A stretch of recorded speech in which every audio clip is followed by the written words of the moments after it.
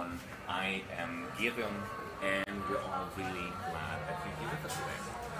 Next up is something that is especially special to me, which I'm especially excited for. Because, I think a lot of the people who are tuning in today are creatives.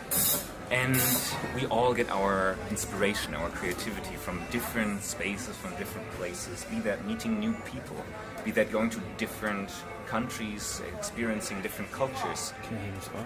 Sadly, that's been a bit difficult during the last few years, hasn't it? And for that, we have now a really great panel that is going to discuss exactly that.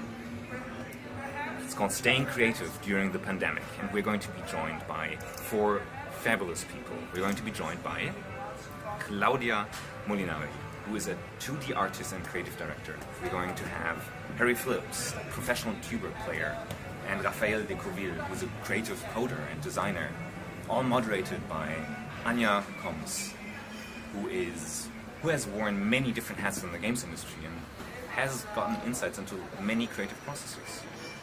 I'm really excited to hear how they have dealt with the challenges of the past 2 years and what they learned from that. I hope you'll enjoy it as well. So Anya, take it away.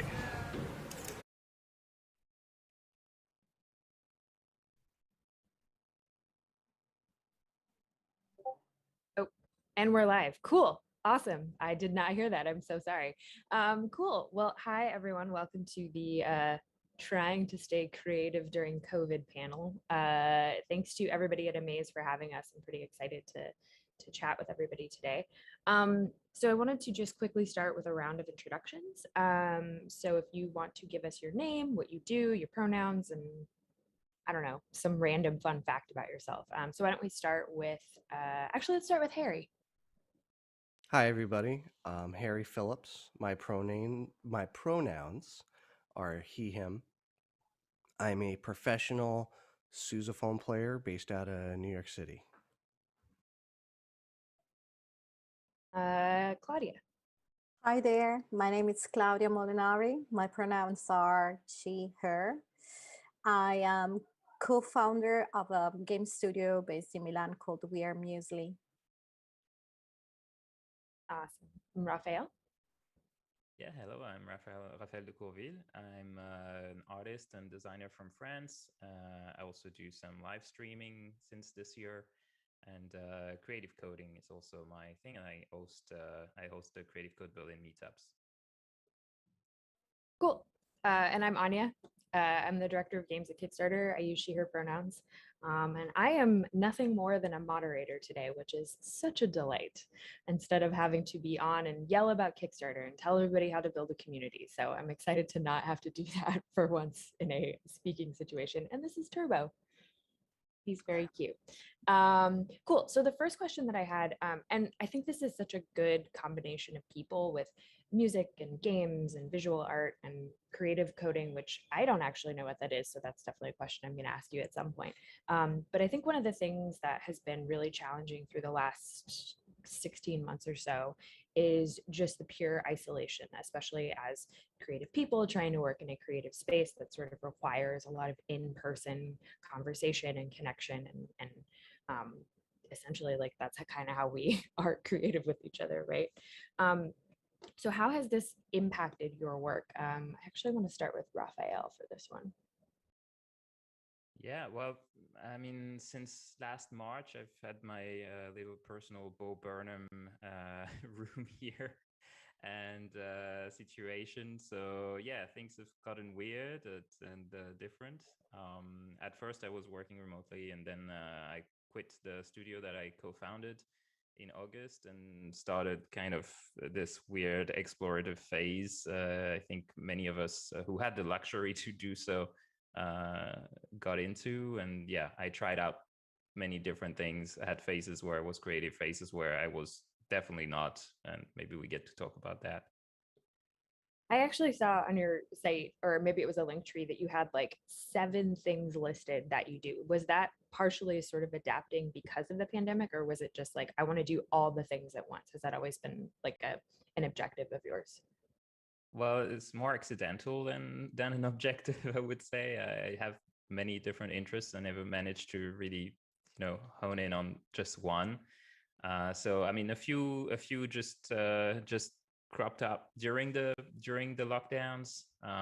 But yeah, I'm still not entire. I still haven't entirely resolved that exploration, and yeah, still in a phase of discovering what I want to do next. And yeah, as I said again, I feel extremely privileged to be able to do this, even though mentally speaking, we'll talk about this later, I guess. But yeah, it's been pretty tough. But yeah, I found creativity was a necessary thing, to like a survival strategy almost, and the consequence of that is many different directions and things that I've been doing. That makes a lot of sense, actually. Claudia, how's that isolation affected you? Well, it kind of affected me quite a lot because I have to say that it happened in 2020, but my life pretty changed in 2019. I opened my studio, and at the same time I had my first child. So when I entered 2020, and I also work with my partner, so you can see all this three dimension completely like like moving towards one single pie. So it was really hard to work, and also to kind of accept your life change as a also like a parent. So and keep your stability and mental health, but it's an issue we're going to talk about later on. So but it also at the same time was, I know it sounds a little bit strange, but it also was such a relief in a way. Like for one moment, for one time in my life, I stopped doing everything. Like you couldn't go out. Normally my life it's like a lot of travels and a lot of things and a lot of countries to see here and then, and having this moment above all April 2020 was so peaceful that for one moment I couldn't believe that it kind of felt that the world paused, literally like when you press pause. And that's my feeling for that. I actually really appreciate that perspective. I think that's something that doesn't get discussed as much, which I I think it's simplistic to say like this sucks, right? Like us all being sort of isolated alone from each other. It sucks. But not to say that there's a positive outcome of a global pandemic by any means, but I think being forced to take a little bit of time to sort of reassess and like take time for yourself, I think that there's two different perspectives that can happen there. One is you can get sort of bogged down with like, I'm so used to filling all my time. And the other is it is a little bit nice to have the forced time to yourself to be like, I finally get to just press pause on my life for a little bit, right? It's Yeah, really interesting. when the pandemic happened in Milan, because this is where I'm based, it was at the end of February, and I remember that that day we were literally with our luggage ready to go to Rome and then to go to Paris, and suddenly everything got cancelled, and I had like it's like if time expanded for like a moment, like I had like whoa, a week of nothing. So and having all these changes like child and company and blah blah blah, that's something that I keep jealous. Like that memory is something that I want to pass on in the future. Like yeah, it was a very bad, but the city was quiet, no sounds, no rumors and things. So I really liked it. I mean, It's I a really liked it. yeah. Yeah, it was a joy. No, it was like liked with a lot of this. Yeah, it's a forced moment of reflection, which Yeah. I think that's okay. Yeah. Um, I'm so interested to hear what Harry has to say about this. Just Harry, so full disclosure, Harry and I are really good friends, and so I know a lot about Harry more than Raphael and Claudia. So I might throw him a couple weird, funny questions just for he and I. But how has the isolation affected you, Harry? I feel like I had a very similar experience to Claudia. But my perspective wasn't so much that I had that things stopped and that time was free. It was just that I was the master of my own destiny. Like, I feel like a lot of my life I'm beholden, even though I'm a freelancer and I work for myself. Uh, if I feel like as a freelancer, you're often more beholden to other people because you aren't really working day to day with these people and building relationships. You go in, you do a job, often requires a lot of preparation. I've got to memorize all the music I learn. It's often stuff I'll play once or twice, and it's got to be perfect. And you know, I found before COVID, I spent a lot of time traveling and learning music that I was being paid to learn. Like not stuff that um, I wanted to do at that moment. And when COVID hit, it actually was like a huge opportunity for me. And I think for a lot of people, just to take risks and kind of do what they wanted to do. I really wanted to spend a lot of time practicing and honing my craft. I took on a few really big practicing projects. Um, I feel like I became a much better musician in the process. And I, I heard on a TikTok somebody was quoting a Hank Green book recently, saying that where you spend your time online is the space that you live. And I Mhm. felt like everybody were living in these spaces with specialized interests.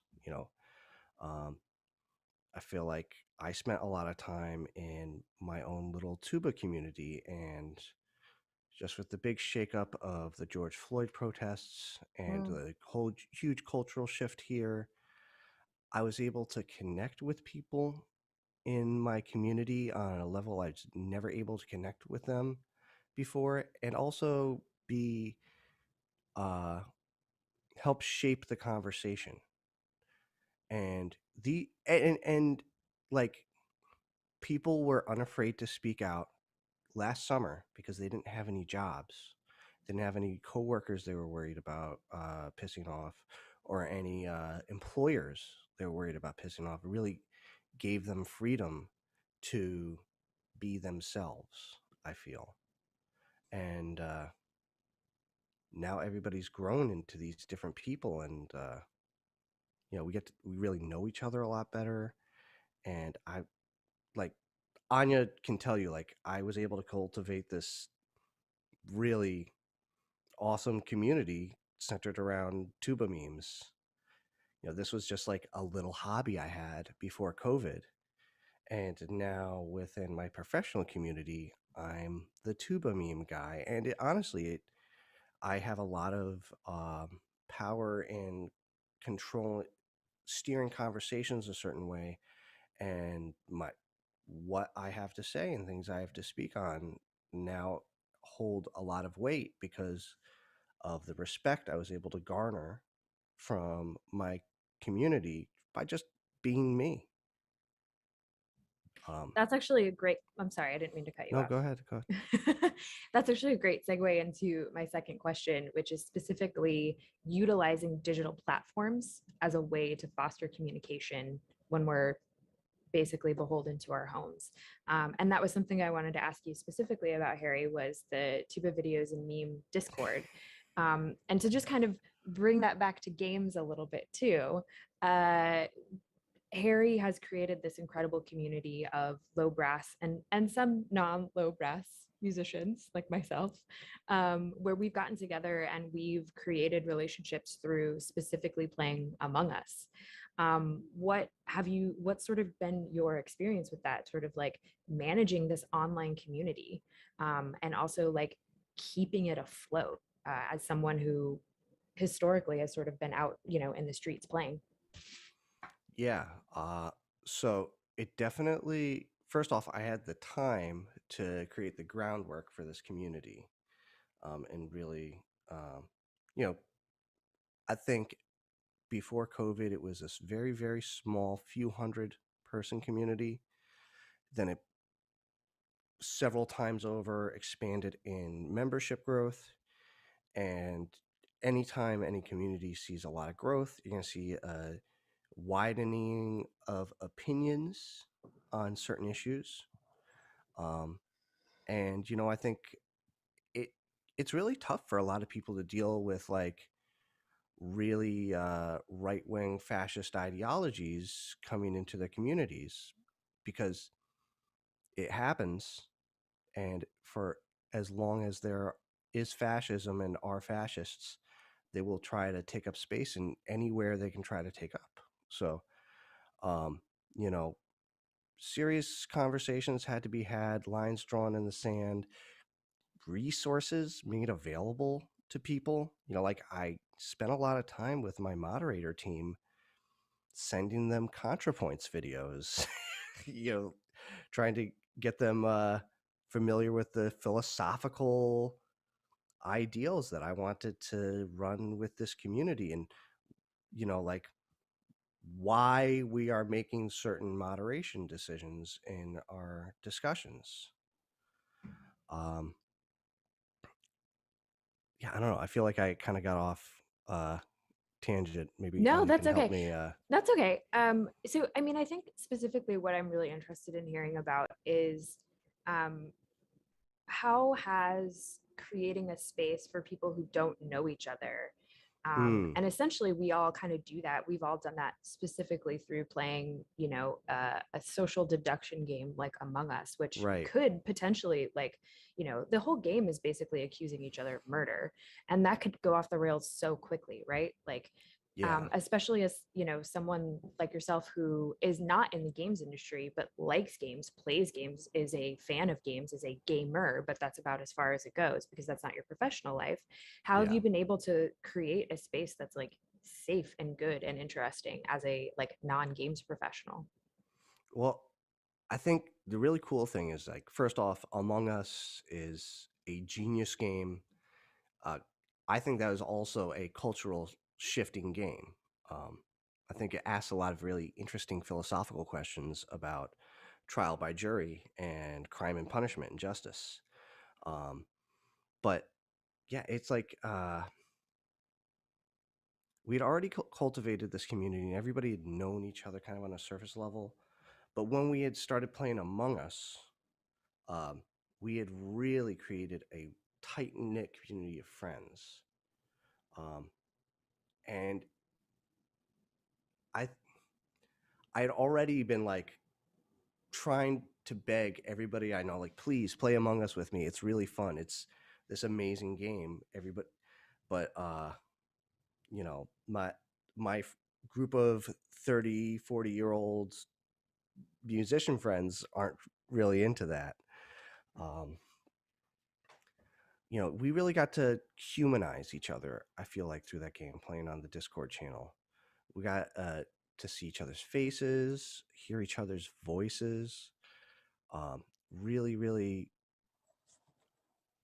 I feel like a lot of online interactions dehumanize people. And playing this game really humanizes people. And we're it's a really great way to get to know someone by putting them in, in a place that's, like, out of their comfort zone, in a really, really safe environment. Like, there's no stakes, nobody's getting hurt, it's all for fun. And everybody can just really connect on a level. And we found that we weren't really there to play the game with each other, we were there to talk to each other. And I think that was a big part of, going back to the isolation thing, that was a big part, I think, what got me personally through a lot of isolation. I didn't feel, Mhm. like, of course, everybody gets trauma from friends and family lost due to COVID and just the world changing. But what I felt like really helped me keep my sanity intact was the fact that I had this really close group of friends that, it was almost like we were going out, hanging out at the bar like a few nights a week and really connecting with each other on a deep level. We even got my mom involved at one point. Yeah, So, we did. so Raphael, kind of the same question, but specifically, as I'm super curious here because I see so many. Hi, Betty. I see you. So many, so many digital spaces that you exist in. I kind of have a couple questions about you being a Twitch streamer. Is that a platform that you were like super familiar with before COVID? Is that a way that you've sort of like migrated over to create more community? How is it that being a Twitch streamer has been such a prevalent part of your creative existence with COVID? Yeah, it wasn't at first. I started in February, I believe. I was involved in an online cohort, something called Hyperlink, very interesting community, and they create online courses, but it's very community driven.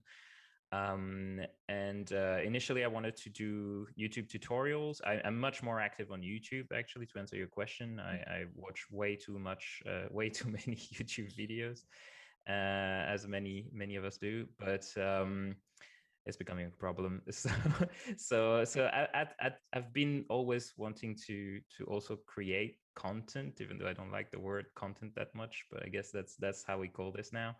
And I'm not sure why I picked Twitch, even though I wasn't really using it or watching people on Twitch that much. But it seemed like the right platform to engage with a chat and with people. YouTube doesn't really do that very well, it seems, and Twitch has really that thing down. And same with Discord. So I also started a Discord server, like many people starting on Twitch do, and we have a small community growing. It was very interesting for me to hear what Harry has to say about what seems like next stages for growing a community. I'm not at the point where I have to deal with ideological battles. So I hope it will go smoothly if it does get to that point. But anyway, yeah, I think also to answer the more general question of how we use digital platforms, also to like, well, I don't know if it's to say stay creative, but keep our sanity. I was hosting lunches on Jitsi, so kind of Zoom alternative, open source. And so every day at the same time at 12:30, I think, or at 12, we were meeting a small group. I would be cooking and we would be just talking with whoever was there that day. And what I loved was that after some point, there were times where I had to go to work and I couldn't attend the lunch. And the few times that happened, the lunch still went on and people were still joining and having lunch together. So that was great. And games were also really helpful. I mean, we're in a game festival or playfulness festival. So yeah, I have these two friends I used to play PUBG Mobile with, and it, as Harry was saying, it's like the game is more of a transitional object that lets you do something while you talk. It's like also tabletop games have the same function. It kind of deals with the awkward silences that might be in the conversation. At least there's something. There's a red line that something you have to do, a task or anything. And PUBG is really well designed for this, I feel. At least it was. That yeah, there's a lot of moments of downtime where nothing happens and you're just looking for the next fight. I'm not big on FPS games. I just played it because my friends were playing it. But yeah, it has this really kind of, you're just walking through the countryside with your friends and talking, and sometimes you get shot, but that's kind of incidental. I enjoyed the promenade aspect of it more almost. Yeah. And yeah, we tried different things, and I also feel like I made new friends, or I met people on a deeper level who I wasn't that close friends before, just because we were using the same platforms. Like some people were into VR, and I didn't know them that well before, and we started going into Rec Room together and having pizza parties there. And so I got to know them better because we were on the same platform. So I think the logic of by which people, like very much like what Harry was saying, the Hank Green quote, that yeah, we meet where we are, and so you get to know people better because they just happen to hang out in the same digital spaces that you do, just like it would happen if you go to the same bar in town, but bars were closed, so we went to VR or this or that game. And yeah, I felt Cool. like it really shifted completely my social circles Mhm. in radical way. Yeah. Claudia, I'm super curious here, especially knowing that you live in Milan, Yeah. where totally different experience of sort of dealing with lockdowns and things like that. How have you sort of migrated or used any sort of digital platforms, not only as like a visual and narrative artist, but also just to keep that connection, especially also being a new parent and knowing that like needing that time to talk to other, parents. How have you kind of migrated? Well, that it's a very interesting perspective to hear, Raphael, Harry. I had to solve two things during lockdown. First of all, was like get my family connected with my child, because when the first lockdown happened, it was 9 months. So, and then it was really hard, even like to celebrate his first birthday, which was like with telephones and in fact, one of the most creative things that I did during lockdown was to celebrate my son's birthday. I asked all my friends across the world to send me a video um, talking to my son in 20 years time. So I built this time capsule, like kind of stopping the time, and I want him to know what it kind of felt like uh, being this kind of pandemic situation. So I have this like 6 hours footage of, and it was amazing. People sent him so many different things, like how to make an origami. A friend read him tarot cards. Another friend took a drone, and I have this view of Belgrade with a drone with the empty city. So I kind of use the time to be creative and kind of go with the flow of the digital environment. So I worked a lot to create some sort of, there was social distancing, like the main keywords that we were bombarding every day, like you have to keep social distancing. So I kind of worked to have some digital proximity, and everything felt um, I don't know. I kind of have the feeling that the digital world somehow have, with this camera, that you enter with the camera inside everybody's house. Like I'm seeing a little bit of Harry's house, and I'm seeing like a little bit of Raphael and Anya's, and normally in the real world, you don't do that. We would have been like around a table, and we wouldn't have this surrounding, this background. And I think this background is important. It's a value that this social distancing because of the pandemic has brought into the digital world. um, so the other problem that I have to solve was the fact that in 2019, I worked really hard to move my business from video games only to escape room, like physical escape room. So that was like, boo. So in 2020, there was no possibility to um, I work in the cultural sector. I work with museums, and I'm a visual artist too. And I want to bring video games and games experiences in places where nobody has ever experienced a game. Like, for example, an old cathedral, or I want to use these spaces to enhance culture, and that was a real problem. So in 2019, we released a experience, like a physical experience, to understand um, what was living during the Berlin Wall.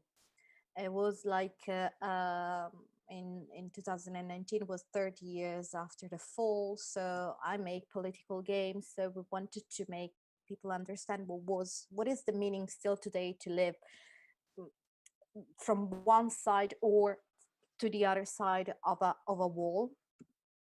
And at some point, the pandemic kind of made our game l- live, because we were all living behind, uh, and we had all these rules and regulation, like we were in a sort of system where you couldn't go to buy a book in a bookstore unless it was like 200 meters away from your home door.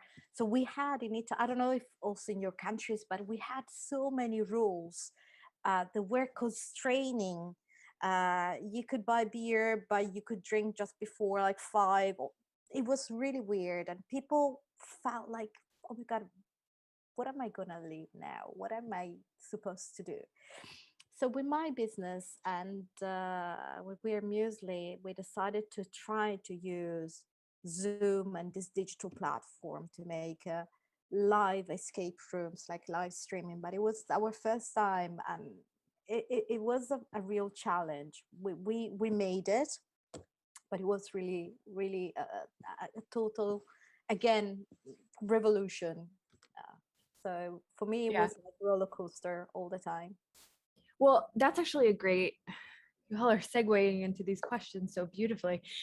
This is a great segue into my second to last question. I hope we can get to this last question. So I'll do my best to sort of roll them into one specific question. Um, I'm curious to know what sort of how you see yourself adapting to this new world that we're going to be existing in for 2021 and beyond. And secondary to that, how over the last 14 to 16 months or so, how has your just general state of being, your mental health, which is inherently tied into your creative health, how has that changed, been impacted for plus or minus? And I would love to actually start with you, Claudia, as you so beautifully laid out how Zoom has been a great sort of transition into a new space. Well, starting with my mental health, I thought I was strong enough to cope this kind of pandemic challenge, and having like a little company and a child and all these kind of things. But at the end, I have to face the fact that I'm a human being. So I I'm actually in therapy, so which it's I think a lot of people is, I think it should be something that should be said, like everything else, like, yeah. So I'm in therapy right now because I think it was too much. Like, okay, I'm fully functional, I can work, I can do everything, but the fact that my world has been limited so much. Don't get me wrong, I'm not just talking about the pandemic, but just like the fact that everything changed in my personal life, like a child and change of business, and then you have to readapt so many times that at some point I said, okay, you know what, I think there are professionals there and they can give me like a little help. So mentally speaking, I'm kind of, someone is taking care of me, let's say. But in terms of what was the other question, like what I see in the future, Mm-hmm. um i I'm pretty positive. Like, finally, I think that i, I mean, in Italy it was a disaster. I mean, I'm not saying that oh yeah, pandemic, hooray. But finally, people are seeing the value of a digital world. A lot of people say that, you know, you need to detox and things like this. But I think that the fact that people can work from home from time to time, like working, like smart working, and having this time where you can go to an office, or a time where you can, and not having this kind of massive guilt if you take your time to stay at home and do your work. So I think it's pretty positive, and also it's positive the fact that people is using their time. I mean, 2020 in Italy had a massive growth in like learning new skills from courses, online courses, and everybody put themselves like, I want to try to make my own course. I feel like I can give something. So I don't know. I can see that there is a nice blend between the analog world and the digital world. So I'm positive. That's it. That's awesome. I love that. Raphael, same question. Yeah, what's next? So in terms of mental health first, yeah, it's been difficult. I was burnt out before the pandemic started, and had been for a while. Starting a company with two friends was for 3 years quite difficult, even though it was exciting and everything. But that's another topic. But yeah, I was feeling burnt out, and yeah, in a way, it was a very ambiguous situation to be in. On the one hand, I felt like Claudia and Harry were saying, like this sort of space where I could, like, where everything stopped and I could sort of refocus on myself. At least that's how I took that, as an opportunity to kind of recover from being burnt out. Probably should have gone to therapy, but I There's still sort of, time. yeah, probably will need to, yeah, put the time to find the right therapist. But yeah, I think I used creativity as my therapy.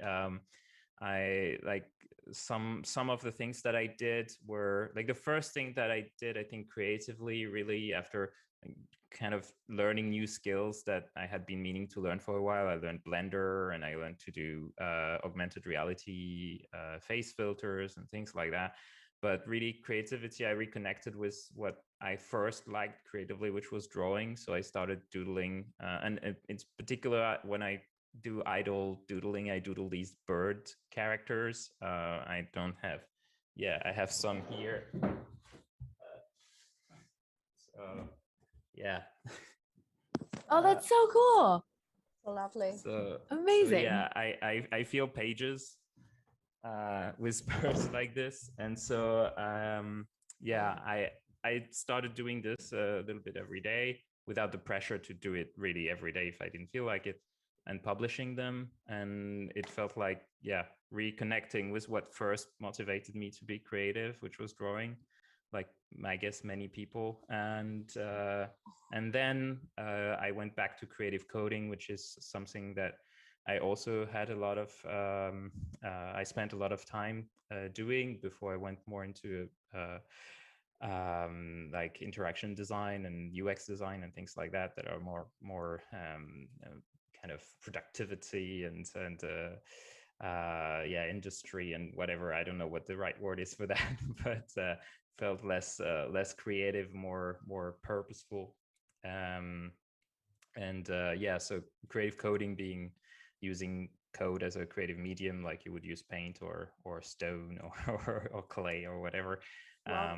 So yeah, making visual things, generative art with computer code.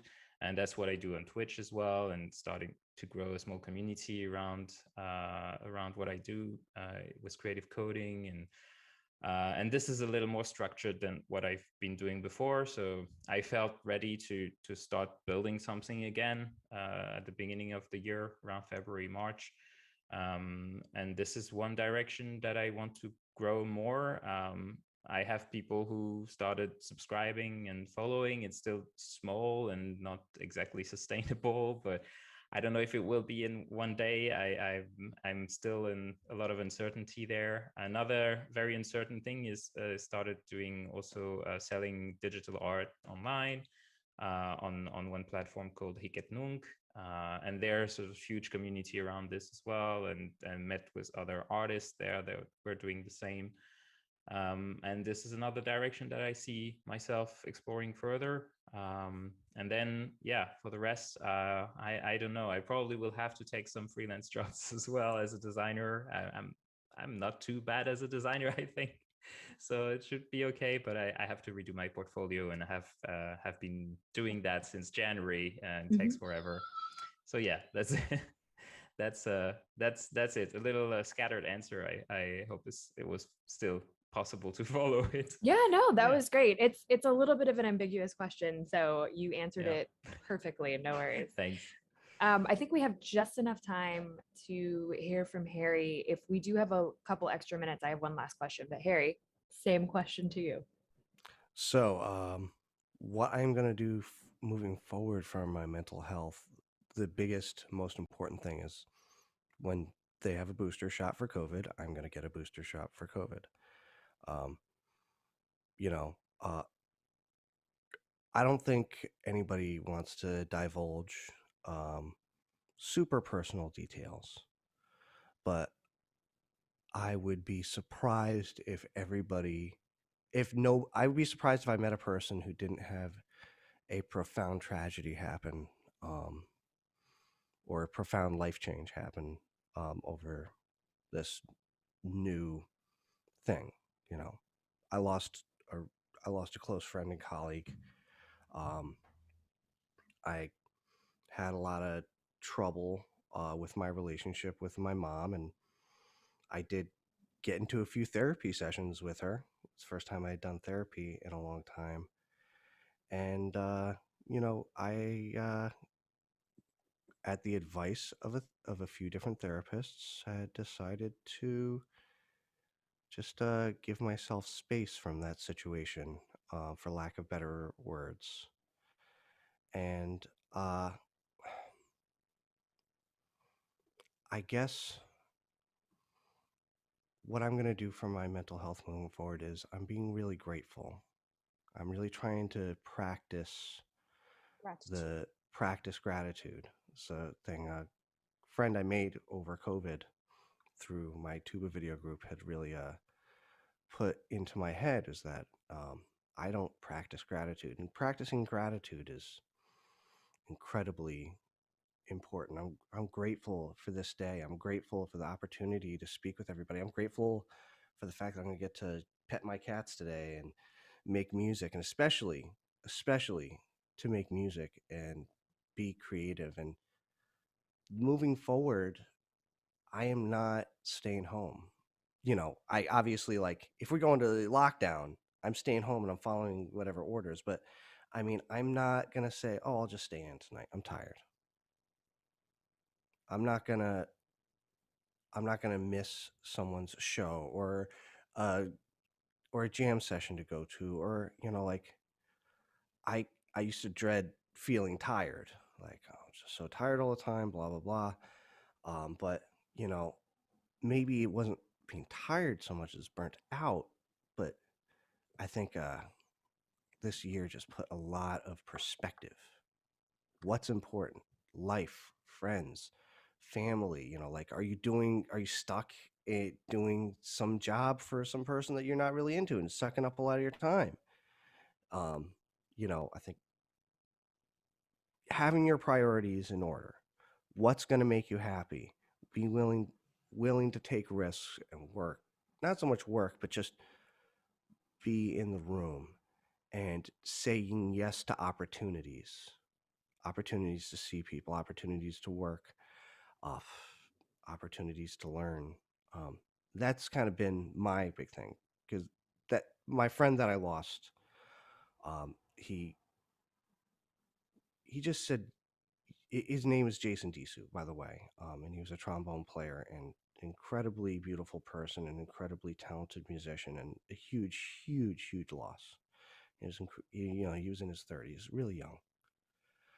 But whether it was Chinese funeral brass band, or if it were Indian wedding band, or anything, every single opportunity, he said yes. Just said yes. He never even checked his schedule. And you knew that about him. He just say yes. And if he couldn't do it, he'd send in one of his colleagues to do it. And you never worried about it, because he'd always send in the best subs. But just to be open to these experiences, and not, I guess, being open to change and willing to change. I think that's what I'm going to be doing. I know it's kind of like a scattered answer, but like I'm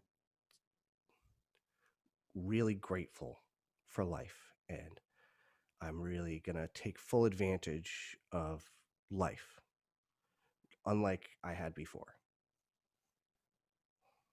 I think that's a perfect answer, quite honestly. um, first of all, I want to thank all of you for taking the time out of your day for chatting with me and everyone here at Amaze. I'm not entirely sure where we are in this schedule, so I'm going to throw one last question out to see if we can fill a little bit of time. So if any of the Amaze people want to give me an update on kind of where we're at or what the sort of stop time is, that would be great. But I actually kind of figured this would be a good time for the three of you, since all three of you have diverse backgrounds and we're all in different countries and we all have different mediums that we work with. If you all had any questions of each other. And if you don't, that's okay. I'll come up with something.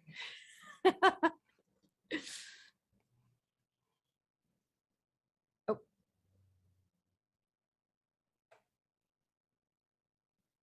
Oh, it is wrap up time. Okay, great. Well, never mind. We'll find each other on Twitter since the entirety of the games industry lives on Twitter these days.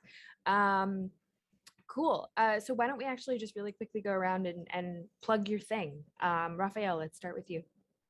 Yeah, you can find me as Sable Raph, so SableRaph on pretty much everything. I'm a lot on Twitter, and that's the same on Twitch as well. Cool. Claudia? Yeah, you can find me on We Are Muesli on Twitter, on IG and FB. So probably all the social. I'm not very good at social things, but I try my best. Awesome. Harry? You can find me on Instagram at Big Harry Souza, Hairy, like lots of hair, Big Harry Souza. I also invite anybody watching the stream to try to join the Tuba Videos and Memes for High Note Hating Teens Facebook group.